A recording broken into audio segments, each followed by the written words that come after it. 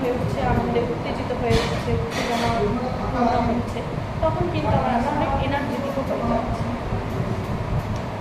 এইভাবে কিন্তু মিউজিক আমাদের জীবনে অনেক চাপ কমিয়ে দেয়। পরে যাচ্ছে সোশ্যাল স্কিল। মিউজিক কিন্তু নতুন নতুন মানুষের সাথে দেখা করার, তাদের সাথে আলাপ করার একটা রাস্তা। আমরা কিন্তু আমাদের মধ্যে বিভেদ, বৈষম্য সব বাধা কাটিয়ে কিন্তু মিউজিকের মাধ্যমে একে অন্যের সাথে আমরা জুড়তে পারি। আমি একটি নতুন, যেমন ধরো আমি একটি নতুন পরিবেশে গেলাম, ওখানে আমাকে কেউ চেনে না, কিন্তু আমি একটি পাড়ার অনুষ্ঠান হোক বা আমার নিজের বাড়িতে বসে হোক গান গাইলাম, সেই সূত্রে একটি মানুষ এলো, আপনার গান শুনে আমার ভালো লেগেছে, আপনাকে খুব ভালো লেগেছে, আমিও গান ভালোবাসি, আমিও এই গান করি, তো এর মাধ্যমে কী হচ্ছে যে আপনি আসুন আমার বাড়িতে গান করুন বা আপনি আমাদের বাড়িতে, এইভাবে কিন্তু ওনাদের সাথে আমাদের একটা আত্মিক সম্পর্ক তৈরি হচ্ছে।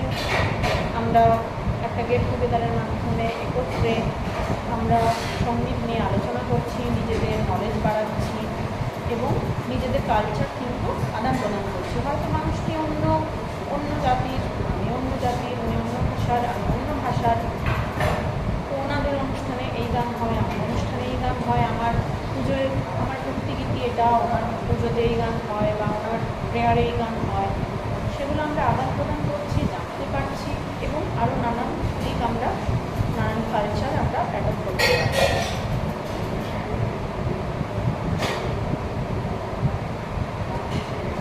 এবং অনেক মানুষকে কিন্তু একত্রিত করার ক্ষমতা মিউজিকে রয়েছে, যে কারণে কিন্তু রবীন্দ্রনাথ ঠাকুর বঙ্গভঙ্গ আন্দোলনের সময় প্রচুর সহজ সরল বাউলের সুরে রবীন্দ্রসঙ্গীত রচনা করেছিল।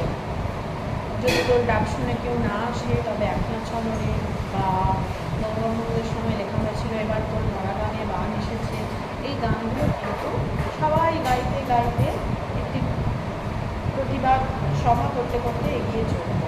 মিউজিক কিন্তু বা সঙ্গীত কিন্তু প্রচুর মানুষকে একত্রিত করে।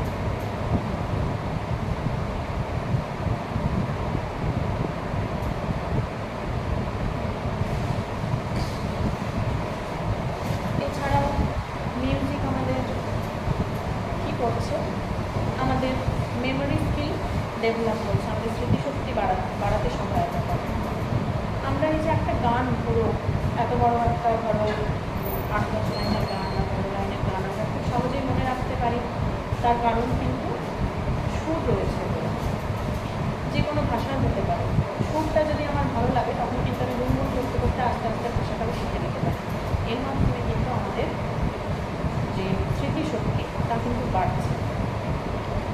বা যখন কোনো আমরা পুরোনো গান, যেটা হয়তো কোনো একটি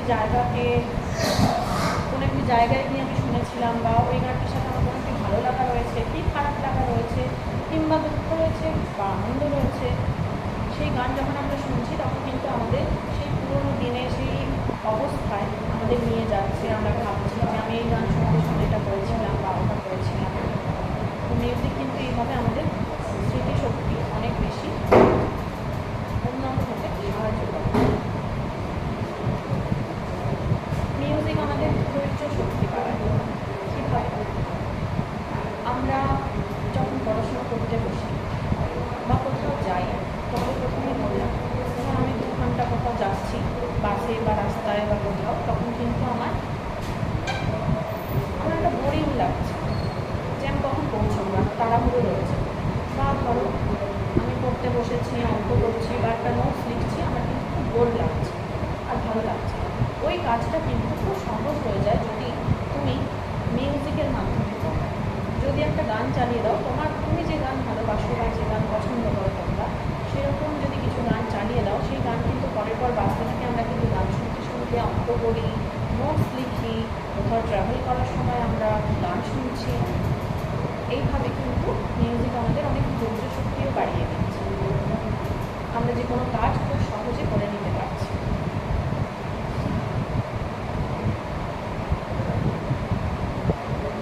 ক্রিয়েটিভিটি।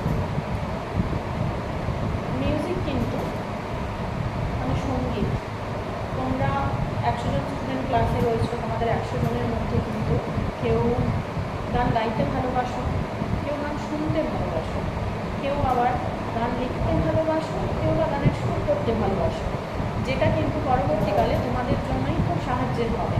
তোমাদের একটি নতুন দিক উন্মোচন হলো, তোমরা পড়াশোনার বাইরে গিয়েও অন্য মানুষের সাথে কানেক্ট করার তোমাদের একটা রাস্তা তৈরি হলো। এছাড়া তোমরা ভবিষ্যতে পড়াশোনার বাইরে যদি নিজেদের আইডেন্টিটি তৈরি করতে চাও বা কিছু করতে চাও, সেই ক্ষেত্রে তোমরা কেউ প্লেব্যাক সিঙ্গার হতে পারো, কেউ কম্পোজার হতে পারো, বা কেউ মিউজিক ডিরেক্টর হতে পারো, আবার কেউ শুধুমাত্র শুনতে পারো, যেটা ভালো করছে বা ভালো গাইছে আমি গিয়ে সেই অনুষ্ঠানটি দেখবো বা বসে শুনবো।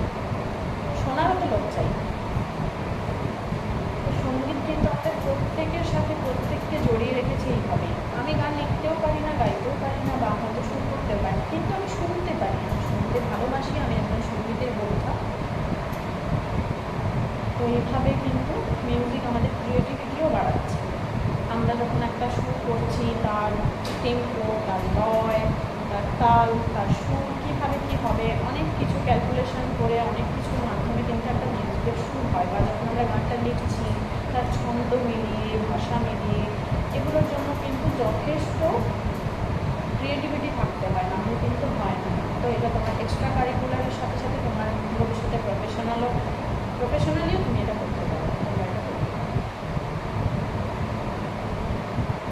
আজকে এইটুকুই থাক, পরবর্তী ক্লাসে তোমাদের আরও আমি বিশদে বোঝাবো প্রত্যেকটি পার্ট নিয়ে ভালো করে। আজকে শুধু কী কী হতে পারে মিউজিক দিয়ে আমি শুধু এইটুকু